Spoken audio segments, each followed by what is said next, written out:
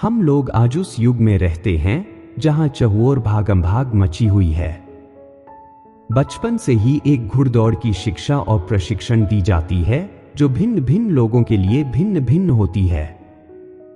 मेरे एक अभिन्न मित्र के अनुसार आज हमको मात्र उपभोक्ता बनने की शिक्षा दी जा रही है, और ऐसा हो भी क्यों ना।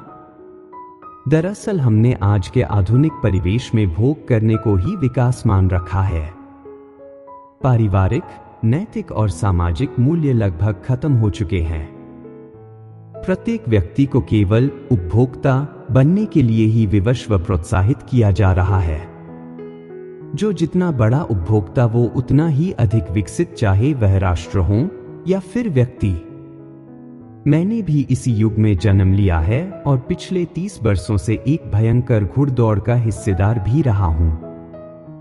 अन्य लोगों से मेरी घुड़दौड़ शायद थोड़ी अलग है, क्योंकि बाकी लोग मेरी घुड़दौड़ को सम्मान से देखते हैं, और देखे भी क्यों ना। समाज ने मेरी घुड़दौड़ को अन्य प्रकार की कई घुड़दौड़ों से ऊंचा दर्जा जो दिया हुआ है। अब तक संभवतः आप लोगों ने मेरे बारे में कुछ बुनियादी बातों का अनुमान लगा ही लिया होगा। तो चलिए मैं अब अपना परिचय भी दे देता हूं। मैं हूं रुद्र, 30 साल का तथाकथित सफल और संपन्न आदमी। इतना कि एक औसत व्यक्ति मुझसे ईर्ष्या करे। सफलता की इस सीढ़ी को लांघने के लिए मेरे माता पिता ने बहुत प्रोत्साहन दिया। उन्होंने अपने जीवन काल में बहुत से कष्ट देखे और सहे थे, इसलिए उन्होंने बहुत प्रयास किया कि मैं वैसे कष्ट न देख सकूं। अतः उन्होंने अपना पेट काट काट कर ही सही, लेकिन मेरी शिक्षा और लालन पालन में कोई कमी न आने दी। सदा यही सिखाया कि पुत्र, लगे रहो, प्रयास छोड़ना मत। आज कर लो, आगे सिर्फ सुख भोगोगे। मैं यह कतई नहीं कह रहा हूं कि मेरे माँ बाप की शिक्षा मिथ्या थी।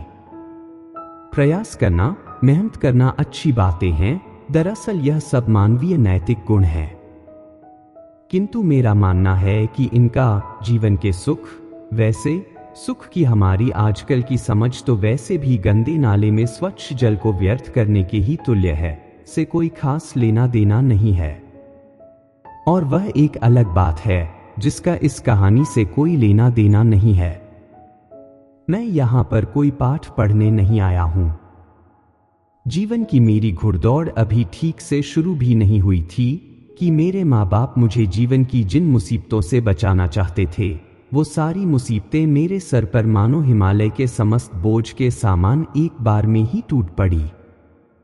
जब मैं 11वीं में पढ़ रहा था, तभी मेरे माँ बाप दोनों का ही एक सड़क दुर्घटना में देहांत हो गया और मैं इस निर्मम संसार में नितांत अकेला रह गया। मेरे दूरदर्शी जनक ने अपना सारा कुछ, वैसे तो कुछ खास नहीं था उनके पास, मेरे ही नाम लिख दिया था, जिससे मुझे कुछ अवलंब तो अवश्य मिला। ऐसी मुसीबत के समय मेरे चाचा चाची मुझे सहारा देने आए ऐसा मुझे लगा, लेकिन वह केवल मेरा मिथ्याबोध था। वस्तुतः वो दोनों आए मात्र इसलिए थे कि उनको मेरे माँ बाप की संपत्ति का कुछ हिस्सा मिल जाए और उनकी चाकरी के लिए एक नौकर, मैं भी। किंतु यह हो न सका। माँ बाप ने मेहनत करने के साथ ही अन्याय न सहने की भी शिक्षा दी थी, लेकिन मेरी अन्याय न सहने की वृत्ति थोड़ी हिंसक थी।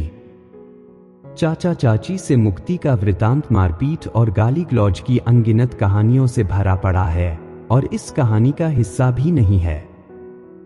बस यहां पर यह बताना पर्याप्त होगा कि उन दोनों कुकुरों से मुझे अंततः मुक्ति मिल ही गई। बाप की सारी कमाई और उनका बनाया घर सब बिक गया। मेरे माता पिता से मुझको जोड़ने वाली अंतिम भौतिक कड़ी भी टूट गई। घर छोड़ा, आवासीय विद्यालयों में पढ़ा और अपनी शिक्षा जारी रखने के लिए, जो मेरे माता पिता की न सिर्फ अंतिम इच्छा थी बल्कि तपस्या भी, विभिन्न प्रकार की छात्रवृत्ति पाने के लिए मुझे अपने घोड़े को सबसे आगे रखने के लिए मार मार कर लहूलुहान कर देना पड़ा। खैर, विपत्ति भरे वो 4 साल जिसके पर्यंत मैंने अभियांत्रिकी सीखी, जैसे तैसे बीत गए। अब मेरे पास एक आदरणीय डिग्री थी और नौकरी भी। किंतु यह सब देखने के लिए मेरे माता पिता नहीं थे और न ही उनकी इतनी मेहनत से बनाई गई निशानी। घोर अकेलेपन में किसी भी प्रकार की सफलता कितनी बेमानी हो जाती है। लेकिन मैंने इस सफलता को अपने माता पिता की आशीर्वाद का प्रसाद माना और अगले 2 साल तक एक और साधना की। मैंने भी पेट काटा, पैसे बचाए और घोर तपस्या, पढ़ाई करी, जिससे मुझे देश के एक अति आदरणीय प्रबंधन संस्थान में दाखिला मिल जाए। ऐसा हुआ भी और आज मैं एक बहुराष्ट्रीय कंपनी में प्रबंधक हूं। कहने सुनने में यह कहानी बहुत सुहानी लगती है, लेकिन सच मानिए 30 साल तक बिना रुके हुए इस घुड़दौड़ में दौड़ते दौड़ते मेरी कमर टूट गई है। भावनात्मक पीड़ा मेरी अस्थि मज्जा के क्रोड़ में समा सी गई है। हृदय में एक कांटा धंसा हुआ सा लगता है और आज भी मैं एकदम अकेला हूं। कुछ मित्र बने लेकिन उनसे कोई अंतरंगता नहीं है। सदा यही भय समाया रहता है कि न जाने कब कौन मेरी जड़ें काटने लगे, और न ही कोई जीवन साथी बनने के इर्द गिर्द भी है। ऐसा नहीं है कि मेरे जीवन में लड़कियां नहीं आईं, बहुत सी आईं और बहुत सी गईं। किंतु जैसी बेईमानी और अमानवता मैंने अपने जीवन में देखी है, मेरे जीवन में आने वाली ज्यादातर लड़कियां वैसी ही बेईमान और अमानवीय मिली। आरंभ में सभी मीठी मीठी बातें करती, लुभाती, दुलारती आती हैं, लेकिन धीरे धीरे उनके चरित्र की प्याज जैसी परतें हटती है और उनकी सच्चाई की कर्कशता देखकर आंख से आंसू आने लगते हैं। सच मानिए, मेरा मानव जाति से विश्वास उठता जा रहा है और मैं खुद अकेलेपन के गर्त में समाता जा रहा हूं। तो क्या अब आप मेरी मनस्थिति समझ सकते हैं? कितना अकेलापन और कितनी ही बेमानी जिंदगी। प्रतिदिन, अवकाश वाले दिन भी, सुबह 8 बजे से रात 8 बजे तक कार्य में स्वयं को स्वाहा करता हूं, जिससे कि इस अकेलेपन का बोझ कम ढोना पड़े। पर फिर भी यह बोझ बहुत भारी ही रहता है। कार्यालय में 2-3 सहकर्मी और बॉस अच्छे व्यवहार वाले मिले। वो मेरी कहानी जानते थे, इसलिए मुझे अक्सर ही छुट्टी पर जाने को कहते थे। लेकिन वो कहते हैं ना कि मुफ्त की सलाह का क्या मोल। मैं अक्सर ही उनकी बातें अनसुनी कर देता। लेकिन पिछले दिनों मेरा हवा पानी बदलने का बहुत मन हो रहा था। वैसे भी अपने जीवन में मैं कभी भी बाहर घूमने फिरने नहीं गया। मेरे मित्र मुझको अचल संपत्ति कहकर बुलाने लगे थे। अपनी इस जड़ता पर मुझको विजय प्राप्त करनी ही थी। इंटरनेट पर करीब 2 माह तक शोध करने के बाद मैंने मन बनाया कि उत्तरांचल जाऊंगा। अपने बॉस से 1 महीने की छुट्टी ली। आज तक मैंने कभी भी छुट्टी नहीं ली थी। लेता भी किसके लिए, न कोई सगा न कोई संबंधी। मेरा भला मानुस बॉस ऐसा प्रसन्न हुआ जैसे उसको अभी अभी पदोन्नति मिली हो। उसने तुरंत ही मुझको छुट्टी दे दी और यह भी कहा कि 1 महीने से पहले दिखाई मत देना। छुट्टी लेकर ऑफिस से निकलते ही सबसे पहले मैंने आवश्यकता के सब सामान जुटाए। वह अगस्त मास था, मतलब वर्षा ऋतु। अतः समस्त उचित वस्तुएं जुटानी आवश्यक थी। सामान पैक कर मैं पहला उपलब्ध वायुयान लेकर उत्तरांचल की राजधानी देहरादून पहुंच गया। उत्तरांचल को लोग देवभूमि भी कहते हैं और वायुयान में बैठे हुए नीचे के दृश्य देखकर समझ में आ गया कि लोग ऐसा क्यों कहते हैं। मैंने अपनी यात्रा की कोई योजना नहीं बनाई थी। मेरा मन था कि एक गाड़ी किराए पर लेकर खुद ही चलाते हुए बस इस सुंदर जगह में खो जाऊं। समय की कोई कमी नहीं थी। आता मुझे घूमने और देखने की कोई जल्दी भी नहीं थी। हाँ, बस मैं भीड़ भाड़ वाली जगहों जैसे कि हरिद्वार, ऋषिकेश इत्यादि से दूर ही रहना चाहता था। मैंने देहरादून में ही एक छोटी कार किराए पर ली और उत्तरांचल का नक्शा, जीपीएस और अन्य आवश्यक सामान खरीद कर कार में डाल लिया और आगे यात्रा के लिए चल पड़ा। अगले 1 सप्ताह तक मैंने बद्रीनाथ देवस्थान, फूलों की घाटी, कई सारे प्रयाग और कुछ अन्य छोटे स्थानिक मंदिर भी देखे। हिमालय की गोद में चलते प्राकृतिक छटा का रसास्वादन करते हुए यह एक सप्ताह न जाने कैसे फुर्र से उड़ गया। प्रत्येक स्थान मुझको अपने ही तरीके से अचंभित करता। अब जैसे बद्रीनाथ देवस्थान की ही बात कर लें, मंदिर से ठीक पूर्व भीषण वेग से बहती अलकनंदा नदी यह प्रमाणित करती है कि प्रकृति की शक्ति के आगे हम सब कितने बौने हैं। इसी ठंडी नदी के बगल ही एक तप्त कुंड है जहां भूगर्भ से गर्म पानी निकलता है। हम वैज्ञानिक तर्क वितर्क करने वाले आसानी से कह सकते हैं कि भूगर्भीय प्रक्रियाओं के चलते गर्म पानी का सोता बन गया, किंतु एक आम व्यक्ति के लिए यह दैवीय चमत्कार से कोई कम नहीं है। मंदिर के प्रसाद में मिलने वाली वन तुलसी की सुगंध थके हुए शरीर से सारी थकान खींच निकालती है। और सिर्फ यही नहीं, प्रत्येक सुबह सूरज की पहली किरणें नीलकंठ पर्वत की चोटी पर जब पड़ती हैं, तो उस पर जमा हुआ हिम बर्फ ऐसे जगमगाता है जैसे कि सोना। ऐसे चमत्कार वहां पग पग पर होते रहते हैं। ताजी ठंडी हवा, हरे भरे वृक्ष, जल से भरी नदियों का नाद, फूलों की महक और रंग, नीला आकाश, रात में अगर भाग्यशाली रहे तो टिमटिमाते तारे और विभिन्न नक्षत्रों का दर्शन, कभी होटल में तो कभी ऐसे खुले में ही टेंट में रहना और सोना, यह सब काम मेरी घुड़दौड़ वाली जिंदगी से बेहद भिन्न थे और अब मुझे मजा आने लग गया था।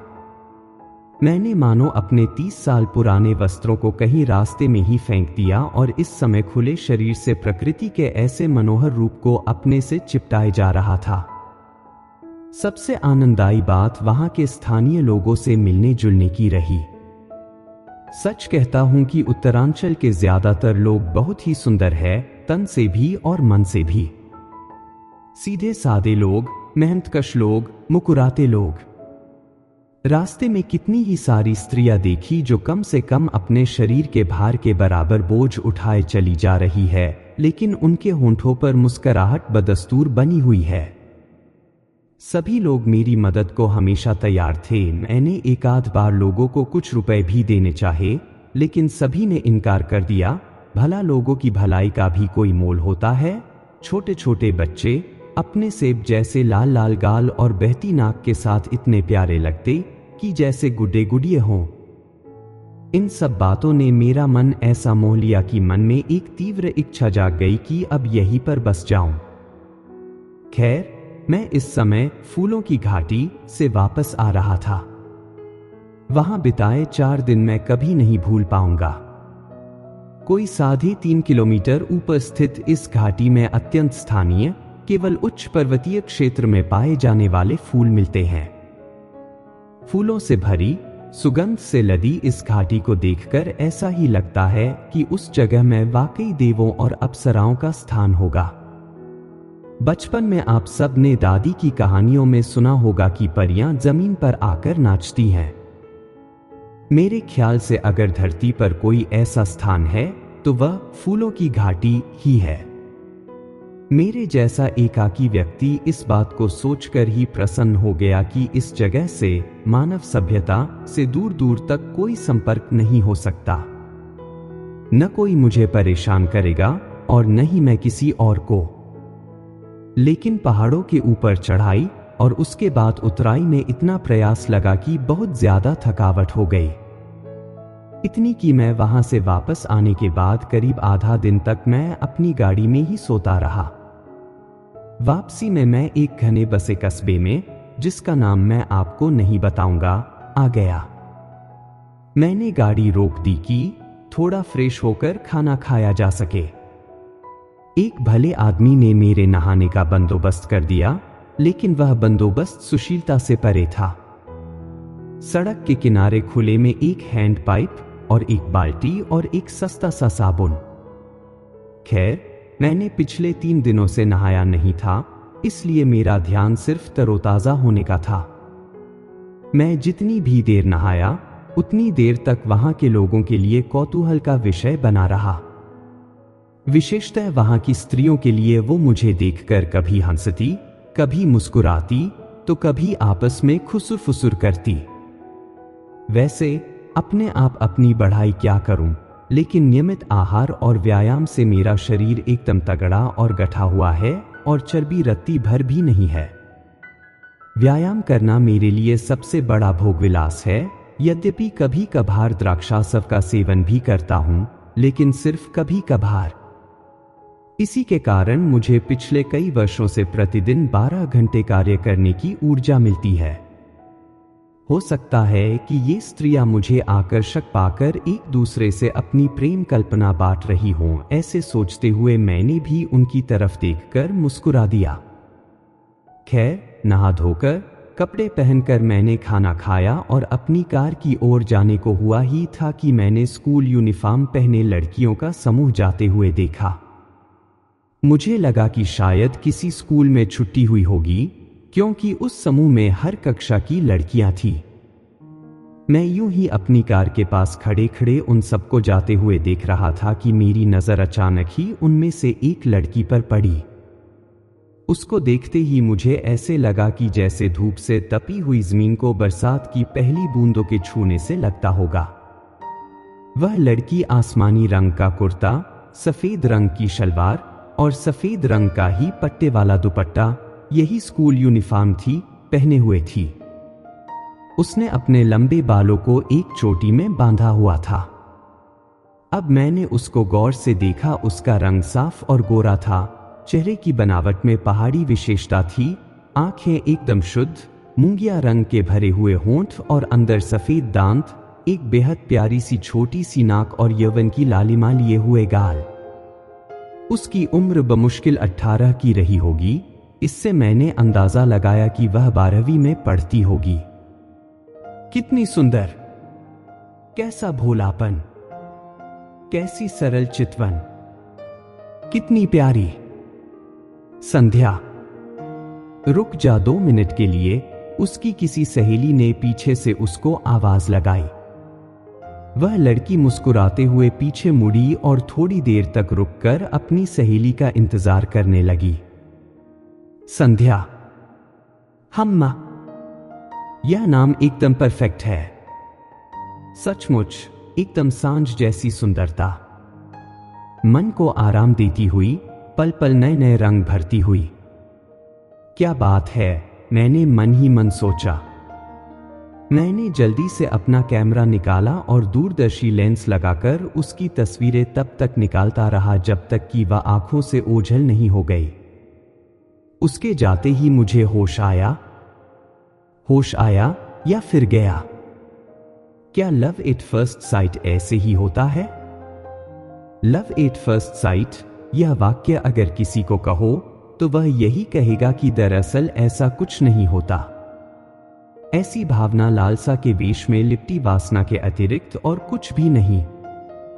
वे इसको प्रेम की एक झूठी भावना कहकर उपहास करने लगेंगे। लेकिन कैसा हो यदि ऐसा कुछ वाकई होता हो? मुझे एक नशा मिला हुआ बुखार सा चढ़ गया। दिमाग में इसी लड़की का चेहरा घूमता जाता। उसकी सुंदरता और उसके भोलेपन ने मुझे मोह लिया था, या यह कहिए कि मुझे प्रेम में पागल कर दिया था। मेरे मन में आया कि अपने होटल वाले को उसकी तस्वीर दिखाकर उसके बारे में पूछूं, लेकिन यह सोच के रुक गया कि कहीं लोग बुरा न मान जाए कि यह बाहर का आदमी उनकी लड़कियों बेटियों के बारे में क्यों पूछ रहा है।